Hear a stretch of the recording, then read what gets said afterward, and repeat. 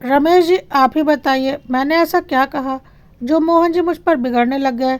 कल मैंने उनके बारे में सोसाइटी की मीटिंग में कोई बुराई नहीं की थी, फिर भी वह ऐसा क्यों सोच रहे हैं? हाँ हाँ, मैं भी यही सोच रहा था राधेश्याम जी कि ये मोहन जी को क्या हो गया है। भला इस टोन में कोई बात करता है, वो भी आपसे? राम राम। वो तो आप हैं कि सब सह गए। अरे भैया, किसी से ना कहिएगा, ये उनकी जलन है।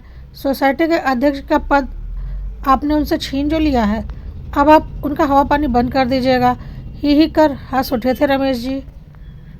सही कह रहे हैं, मेरे मित्र हैं, मुझसे बड़े भी हैं, मैं कुछ ज़्यादा ही सम्मान और संकोच में पड़ जाता हूँ। इसी का फ़ायदा मोहन जी उठा लेते हैं। राधेश्याम जी का गुस्सा रमेश की बातों से बढ़ गया था। हाँ, 16 आने सही बात कही आपने श्याम जी। आप किसी से ना कहिएगा, पूरा मोहल्ला यही कहता है। कहाँ आप और कहाँ वह मोहन बाबू। आग में और घी डालते हुए रमेश ने कहा, और श्याम जी को भड़का कर चले गए। चरण प्रणाम आपको मोहन जी। मोहन जी को कॉलोनी के टी स्टॉल पर चाय पीते देख रमेश जी ने पुकार लगाई। आइए आइए रमेश जी, चाय पी लीजिए। मोहन जी ने रमेश जी की तरफ चाय का गिलास बढ़ाया।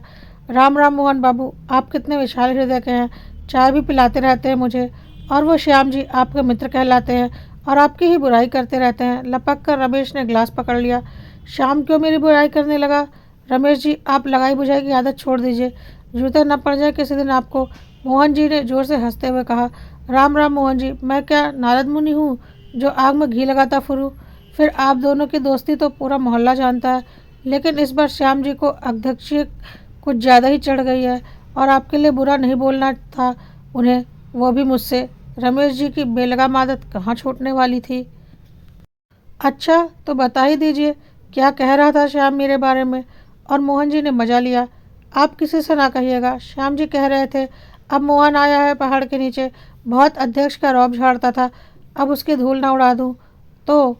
मैं भी अध्यक्ष नहीं, बताइए। ज़बरदस्ती रोक रोक कर आपकी बुराई किए जा रहा था। हम तो भैया बुरे फंस गए थे, बड़ी मुश्किल से जान छुड़ा कर भागे। कितने सीधे और सच्चे इंसान हैं आप, पूरा मोहल्ला कहता है। कहाँ आप और कहाँ वह राधेश्याम बाबू। तेजी से चाय के गिलास सुड़कते हुए रमेश कह रहे थे कि जोरों की हंसी सुनकर निगाह उठाई तो श्याम जी को अचानक सामने देख फक हो गए। जब तक ही करते बात संभालते। राम राम रमेश बाबू, आप भी किसी से कहिएगा नहीं। सुनिए तो, पूरा मोहल्ला यह भी कहता है कि रमेश हमेशा जूते पड़ने वाली बातें ही करता है। राधेश्याम जी की बात सुन और मोहन जी के साथ आते देख रमेश जी सिर पर पैर रखकर भाग निकले।